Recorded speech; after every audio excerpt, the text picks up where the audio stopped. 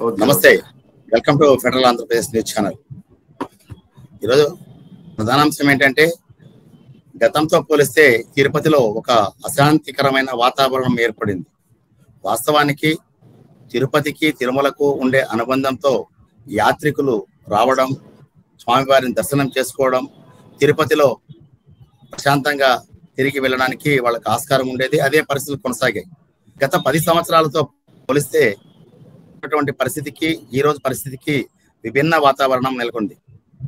ఇవన్నీ ఎందుకు గుర్తు చేసుకోవాల్సి వస్తుందంటే, తాజాగా తిరుమల తిరుపతి దేవస్థానంలో చోటు చేసుకుంటున్న పరిణామాలను కొన్ని శక్తులు రాజకీయంగా వాడుకోవడానికి ప్రయత్నం చేస్తున్నాయా, లేదంటే దీని ద్వారా లబ్ధి పొందాలనే ప్రయత్నంలో ఉన్నాయా అనేది ఒకసారి మనం గమనిస్తే, ప్రధానంగా ప్యానెల్లో ఉన్న పెద్దలు ఒకసారి పరిచయం చేసుకుంటే, సిపిఎం నుంచి కందారపు మురళి గారు ఉన్నారు, పౌరవేదిక సమాజం నుంచి వాకా ప్రసాద్ గారు ఉన్నారు. గతంలో జర్నలిస్ట్గా పనిచేసినటువంటి అనుభవం, ఈ ప్రాంతం పట్ల, ప్రజల పట్ల, పార్టీల పట్ల సంపూర్ణ అవగాహన కలిగిన వ్యక్తిగా మురళి గారికి, అలాగే వాకా ప్రసాద్ గారికి మంచి అనుభవం, పాఠాలు నేర్చుకున్న సందర్భాలు చాలా ఉన్నాయి. తాజా పరిస్థితులు చూస్తే తిరుమలలో శ్రీవారి లడ్డూ ప్రసాదం తయారీలో కల్తీ నెయ్యి వాడారనే విషయం ఇంకా మండుతూనే ఉంది. ఇదే పరిస్థితిలో తిరుపతిలో ఒక హోటల్ నిర్మాణానికి అడ్డంకిగా ఉంది. హిందువుల మనోభావాలు దెబ్బతింటున్నాయి. ఈ అనుమతులు రద్దు చేయాలనే ఒక నెపంతో హిందూ సంఘాలు కావచ్చు, సన్యాసులు కావచ్చు, లేకుంటే వివిధ పీఠాధిపతుల ద్వారా ఉన్నటువంటి వ్యక్తులు చాలా మంది టీటీడీ పరిపాలనా భవనం వద్ద ఈరోజు ధర్నాలు దిగారు. గతంలో ఒకసారి మనం పరిశీలిస్తే తిరుపతి అభివృద్ధికి సంబంధించి కానీ, లేదంటే విభిన్న మతాలు, పార్టీ కార్యక్రమాలు, లేకుంటే సమస్యల పైన అన్ని పార్టీలు ఒకే వేదిక పైకి వచ్చి సమైక్యంగా పనిచేసిన దాఖలాలు తిరుపతి ప్రజలు మర్చిపోలేరు. ఈ పరిస్థితుల్లో గతాన్ని పరిశీలిస్తే, తాజాగా జరుగుతున్న పరిణామాలను గమనిస్తే ఏమనుకుంటున్నాననేది మురళి గారు విశ్లేషించమని కోరుతున్నాను. వీక్షకులకు అందరికీ నమస్కారం. భాస్కర్ గారు, వాకా ప్రసాద్ గారికి కూడా నేను సిపిఎం పార్టీ తరఫున ముందుగా నమస్కారాలు తెలియజేస్తున్నాను. వాస్తవంగా తిరుపతిలో ప్రస్తుతం కొనసాగుతున్నటువంటి పరిస్థితి బాగా ఆందోళన కలిగిస్తా ఉంది. ముఖ్యంగా ప్రజాస్వామిక వాదులకి, అదే మాదిరి శాంతియుత వాతావరణం కోరుకునే సాధారణ ప్రజానీకానికి ఈ రకమైనటువంటి వాతావరణం తీవ్రమైనటువంటి ఆందోళనని, ఒక రకంగా భయాన్ని కలిగించే పరిస్థితిని ఈరోజు ఒక బుద్ధిపూర్వకంగా కొంతమంది చేస్తున్నారన్న విషయాన్ని మనం పరిగణలో పెట్టుకుని చూడాల్సినటువంటి అవసరం ఉంది. నేను తిరుపతిలోనే పుట్టి పెరిగాను.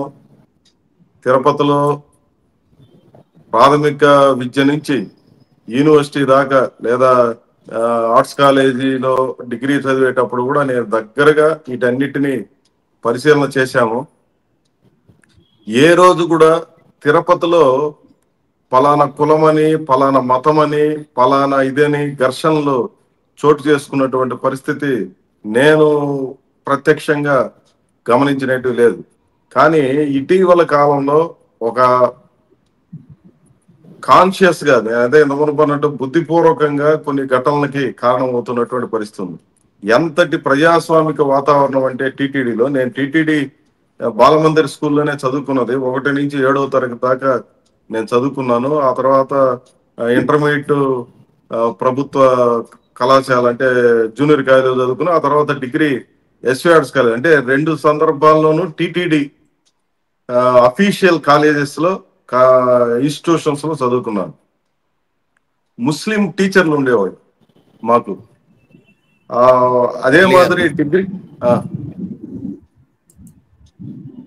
మాకు డిగ్రీ కాలేజెస్ లో కూడా అన్ని మతాలకు సంబంధించినటువంటి అకాడమిషియన్స్ లేదా లెక్చరర్లు ఉండేవాళ్ళు. ఈ రోజు పరిస్థితి ఎక్కడ దాకా వచ్చేసిందనంటే, అసలు ఇతర మతాలని లేదా వాళ్ళ యొక్క పేర్లను కూడా కనీసం ఉచ్చరించడానికి కూడా వీలు లేదన్నటువంటి పరిస్థితికి వచ్చేసింది. ఇది తారాస్థాయి ఏ స్థాయికి వెళ్ళిపోయిందనంటే, ఈ రోజున స్విమ్స్ లో సైంటిస్ట్ పోస్టులు, ఒక రకంగా సైంటిస్ట్ పోస్టులు కూడా ఈరోజు హిందువులు మాత్రమే ఉండాలి అని గతంలో బీజేపీ ఒక నోటిఫికేషన్ ఇచ్చింది, రాజ్యాంగ వ్యతిరేకమైనటువంటి పద్ధతిలో ఇచ్చేసినటువంటి పరిస్థితి మనకు కనిపిస్తుంది. నిన్న మొన్న పుస్తక ప్రదర్శన మీద దాడి చేయడం కూడా ఇదే రకమైనటువంటిదే.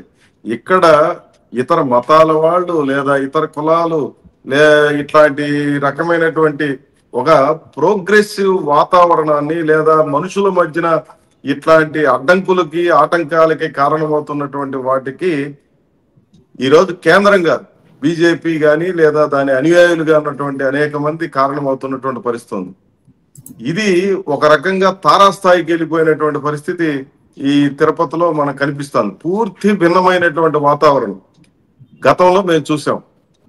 ఇదే గోవిందరాజు స్వామి ఆలయం ఎదురుగా కోనేరులో మా పార్టీ అఖిల భారత కార్యదర్శిగా ఉన్నటువంటి ఈఎంఎస్ నమ్మూద్రిపాదు గారు, కేరళ మొదటి ముఖ్యమంత్రి, ఆయన సభ జరపడం నేను ప్రత్యక్షంగా చూసాను. ఆ సభలో మేమంతా పాల్గొన్నాం. ఒక ప్రత్యేకమైనటువంటి సభ నిర్వహించుకోవడానికి అవకాశం కూడా లేదు. తిరుపతిలో ఒక మంచి హాల్ కూడా లేనటువంటి పరిస్థితిలో అందరికీ అన్ని రాజకీయ పార్టీలకి నాస్తిక సభలు కూడా ఆ కోనేటి కట్ట మీదనే జరిగినటువంటిది నేను ప్రత్యక్షంగా చూశాను. ఈవెన్ కత్తి పద్మారావు గారు కూడా ఆ సభల లోపల, వెంకయ్య నాయుడు గారి సభలు కూడా అక్కడే జరిగేటివి, కమ్యూనిస్టుల సభలు అక్కడ. అంతటి డెమోక్రటిక్ వాతావరణాన్ని మేము చూసాం. త్రిపురనేని మధుసూదన్ రావు గారు, నాగసిద్ధారెడ్డి గారు, బోమన్ గారు, లేదంటే ఇంకా అనేక మంది విభిన్నమైనటువంటి అభిప్రాయాలు కలిగినటువంటి వ్యక్తులు శక్తులు దీంట్లో ఉన్నారు. ఏవన్ సప్తగిరి పత్రికలో కూడా అట్లాంటి అభిప్రాయాలు ఉన్నటువంటి వాళ్ళు కూడా, సప్తగిరి పత్రికలో టిటిడి అఫీషియల్ పత్రిక అది, రాడికల్ మూవ్మెంట్స్ లో ఉన్నటువంటి వాళ్ళు కూడా సబ్ ఎడిటర్గా రిటైర్ అయినటువంటి వాళ్ళు కూడా నేను ఎరుగుదును ప్రత్యక్షంగా. అంటే గారు చిన్న చిన్న సబ్మిషన్, మీరు మంచి పాయింట్ గుర్తు చేశారు.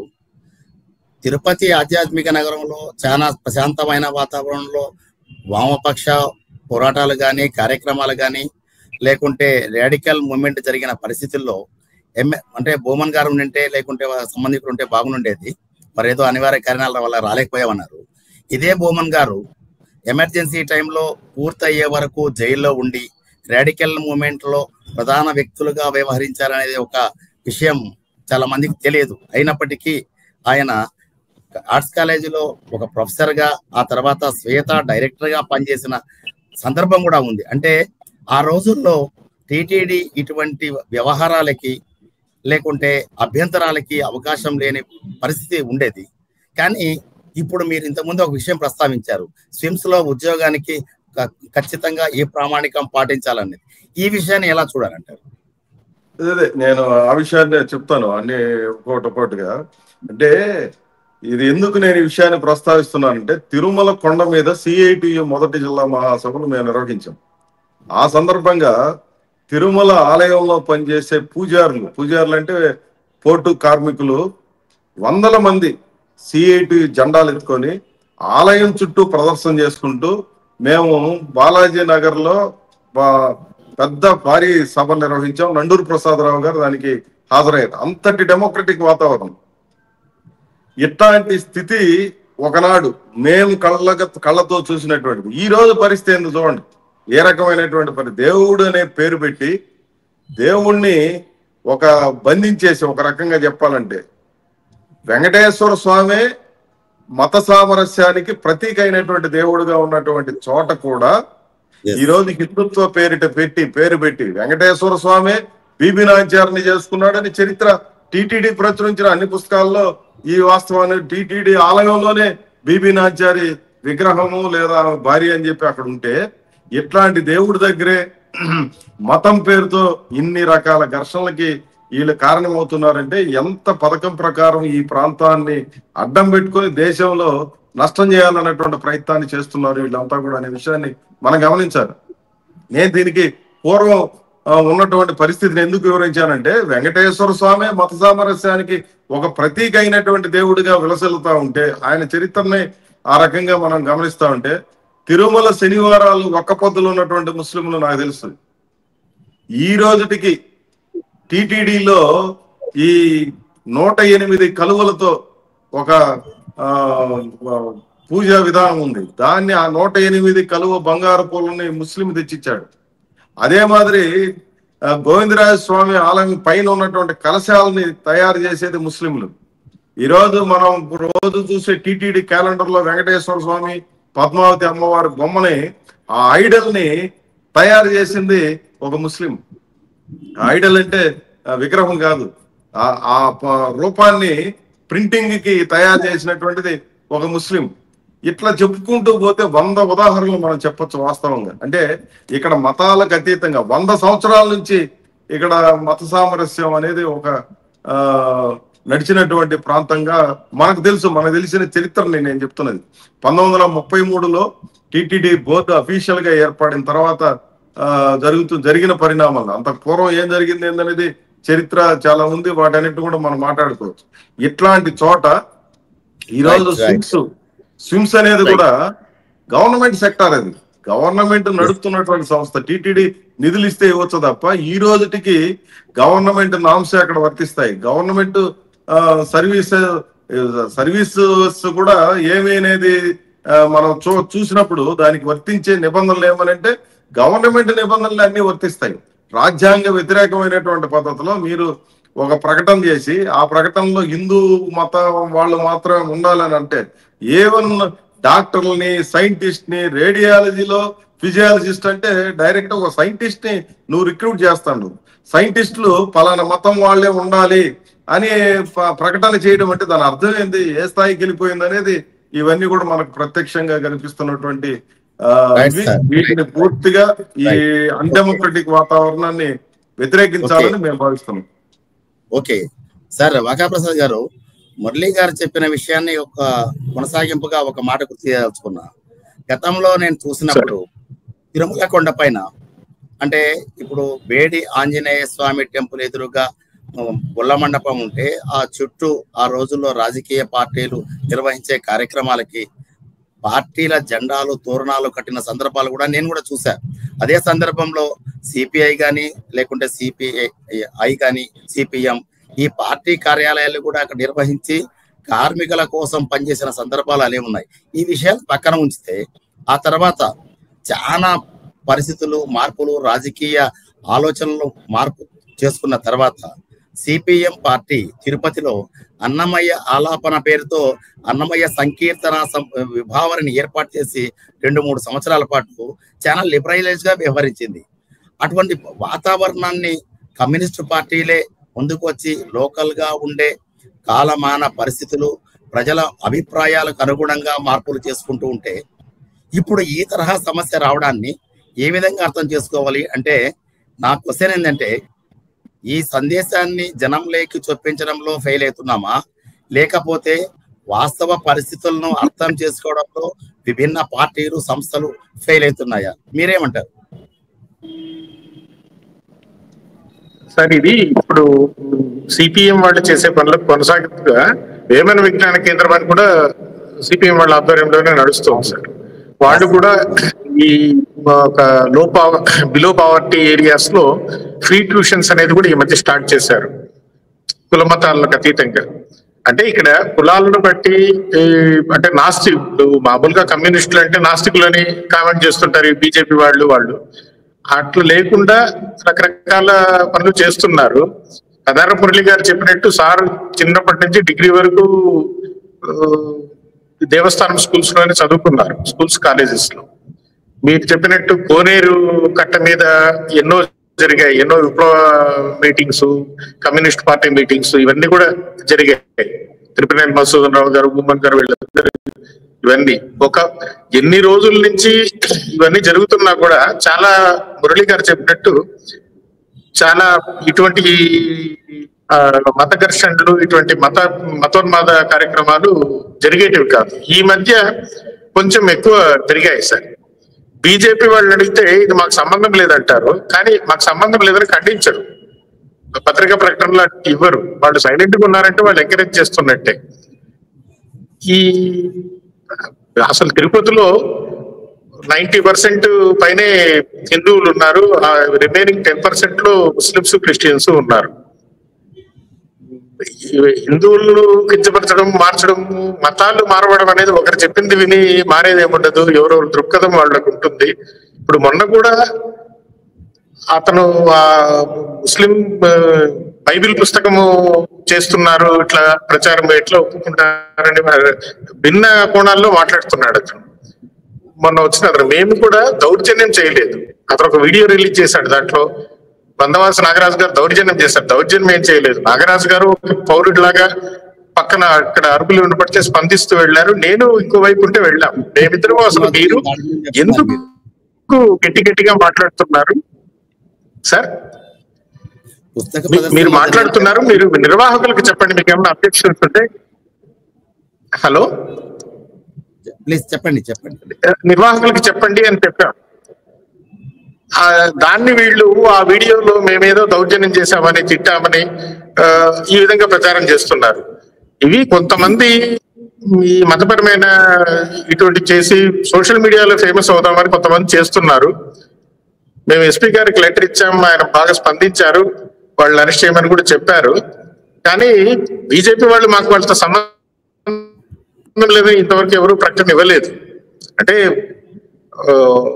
ఇంకొకటి ఏమంటే, ఇప్పుడు తిరుపతి డ్రైనేజెస్ కానీ ఫ్లైఓవర్స్ కానీ ఇటువంటి వాటికి టీటీడీ ఫండ్స్ వాడతామంటే కూడా దాన్ని అబ్జెక్షన్ చేస్తున్నారు, వాడకూడదు అని.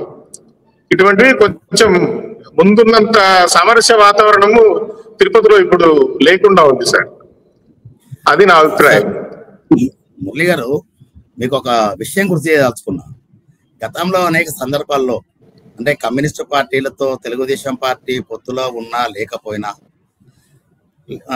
మీ మధ్య ఒక మంచి సుహృద్ వాతావరణం ఉండేది.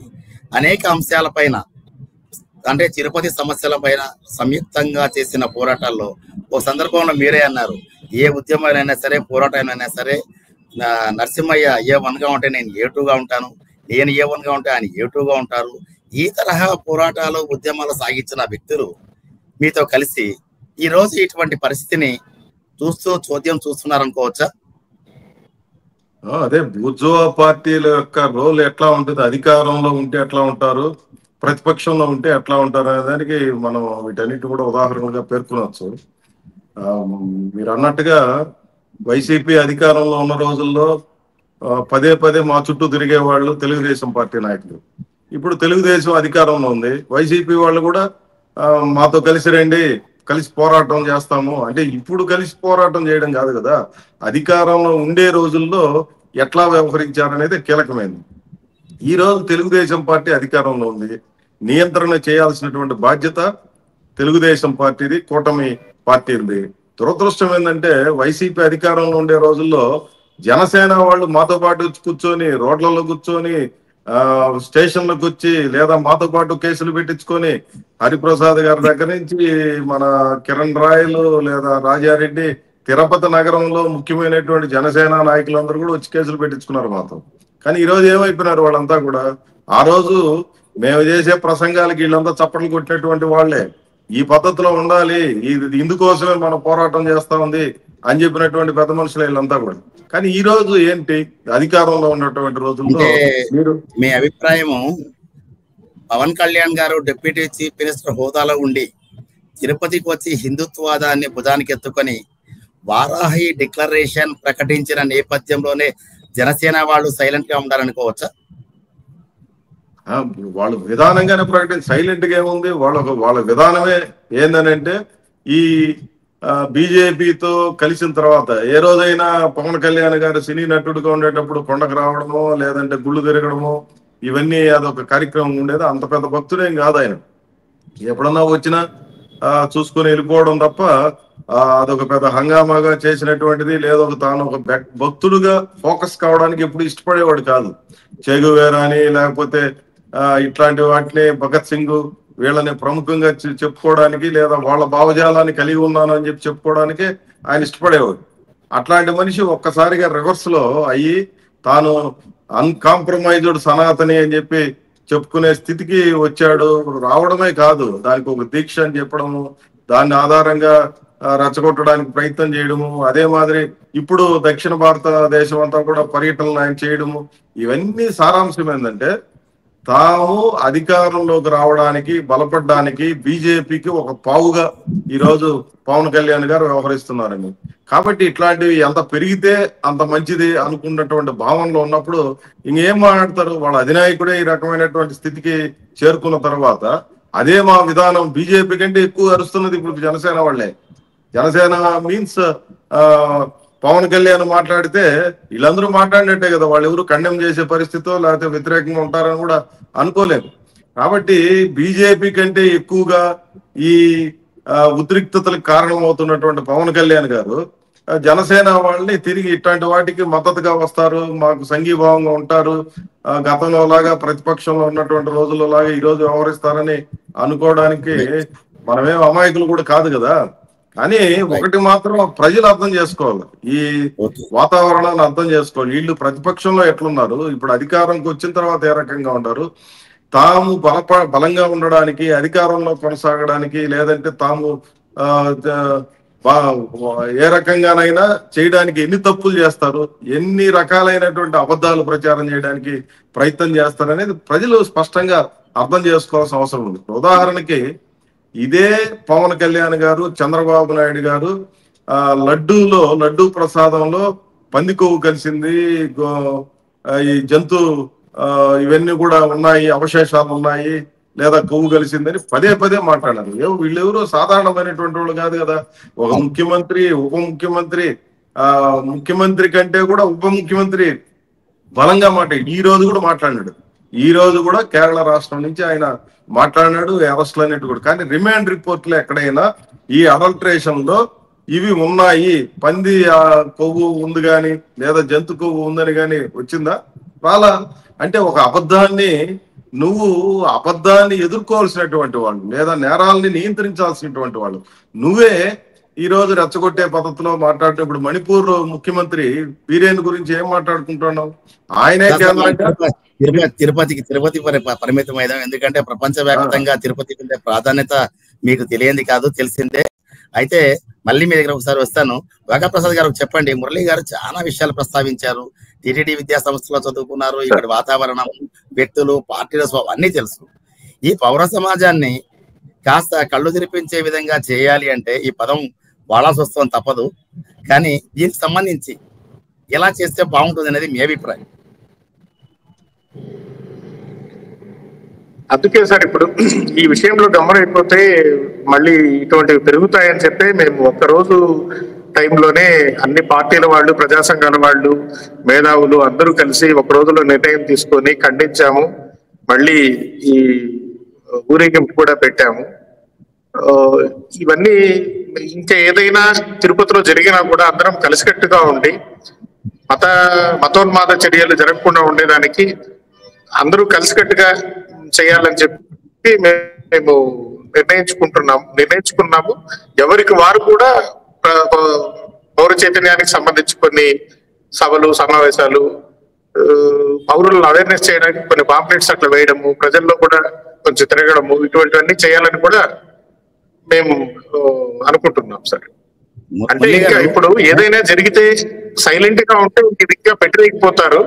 సో ప్రతి ఒక్కదాన్ని మేము గట్టిగా ప్రతిఘటించాలి అని చెప్పి అందరం కలిసికట్టుగా నిర్ణయం తీసుకున్నాం సార్.